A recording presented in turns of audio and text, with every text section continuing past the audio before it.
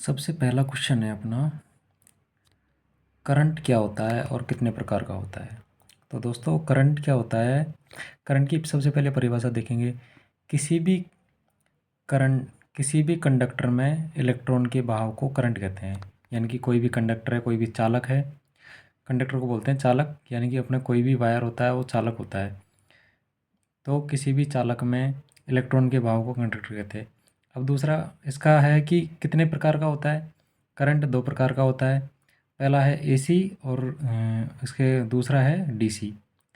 AC की full form होती है अल्टरनेटिंग करंट। अल्टरनेटिंग करंट को बोलते हैं हिंदी में प्रत्यावर्ती धारा। और डीसी दूसरा है डीसी करंट। डीसी की फुल फॉर्म होती है डायरेक्ट करंट। डायरेक्ट की करंट की हिंदी में बोलते हैं दिष्ट धारा।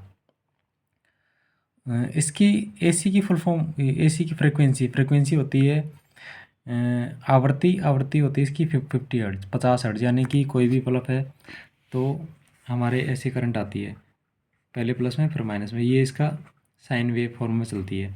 दूसरी इसका एम्पलीट्यूड, इसका डीसी का, इसकी फ्रिक्वेंसी 0 हर्ट्ज होती है। इसकी जो एम्पलीट्यूड है ये कांस्टेंट रहता है, सीधा रहता है। करंट का प्रतीक सिंबल है आई और इसकी इकाई है एम्पियर।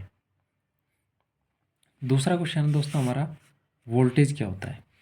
तो वोल्टेज की परिभाषा देखेंगे कि किसी भी एक्टिव एलिमेंट क्या होते हैं। कोई भी बैटरी होती है, बैटरी यानी कि कोई भी पावर सोर्स, या तो बैटरी हो या जनरेटर हो, वो एक्टिव एलिमेंट में आते हैं। और पैसिव एलिमेंट में क्या आते हैं, पैसिव एलिमेंट में आते हैं हमारे कंडक्टर हो गए, रेजिस्टेंस हो गए, कोई भी जिसमें एक्टिव एलिमेंट से धारा प्रवाहित की जाती है वो होता है पैसिव एलिमेंट। तो कोई भी एक्टिव एलिमेंट के दोनों टर्मिनलों के बीच के पोटेंशियल डिफरेंस वोल्टेज कहलाता है। यानी कि कोई भी बैटरी है तो उसके, ये बैटरी है हमारी, बैटरी के दो टर्मिनल होते हैं, एक प्लस दूसरा माइनस। इन दोनों के बीच का पोटेंशियल डिफरेंस जो होता है वो होता है वोल्टेज। यह इसकी दूसरी परिभाषा है, एक ऐसा बल जो किसी विद्युत परिपथ में इलेक्ट्रॉन को धक्का लगाने का काम करता है उसे वोल्टेज कहते हैं। तो वोल्टेज क्या होता है कि जैसे कि प्लस धारा हमेशा, वोल्टेज कैसे जाता है प्लस से माइनस की ओर, या करंट प्लस से माइनस की ओर बहता है। तो ऐसा बल यानी कि कोई ऐसा बल लगता है जिसे इलेक्ट्रॉन को धक्का लगाने का काम करता है। ये पॉजिटिव टू नेगेटिव ये करंट जाता है। वोल्टेज का प्रतीक है, सिंबल है वी और इकाई इसकी वोल्टेज। एक्टिव एलिमेंट क्या होते हैं, जैसे कि पावर सोर्स हो गया, कोई भी जनरेटर अल्टरनेटर से हमें प्राप्त, या बैटरी से प्राप्त हो गया।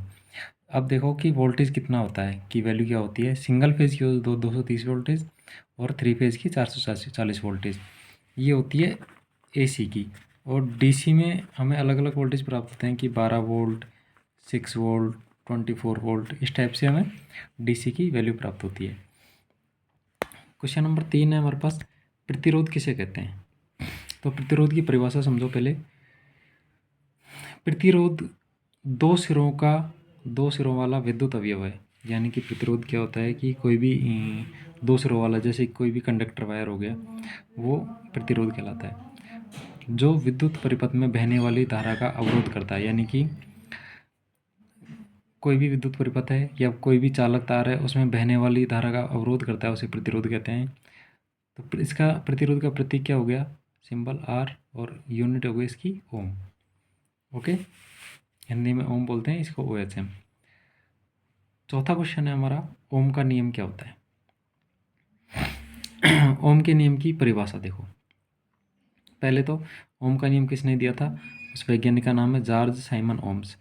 वैज्ञानिक जॉर्ज साइमन ओम के अनुसार यदि किसी चालक की भौतिक अवस्था हो गई लंबाई, ताप या दाब। यानी कि कोई भी चालक तार है उसमें 3 अवस्थाएं, लंबाई उसकी कितनी है, उसमें टेम्परेचर ताप कितना है, उसका दाब, वो अब अपरिवर्तित रहे यानी कि कांस्टेंट रहे तीनों। तो उसके सिरों के बीच का विभवांतर उसमें बहने वाली धारा के अनुक्रमानुपाती होता है। अर्थात इसको हम एल्जेब्रिक फॉर्म में देखें तो V समानुपाती अनुक्रमानुपाती बाई आई, तो V बराबर होगा R/I, जहाँ R एक नियतांक है, कांस्टेंट है, जिसे चालक का विद्युत प्रतिरोध कहते हैं। तो दोस्तों ये 4 क्वेश्चन हो गए।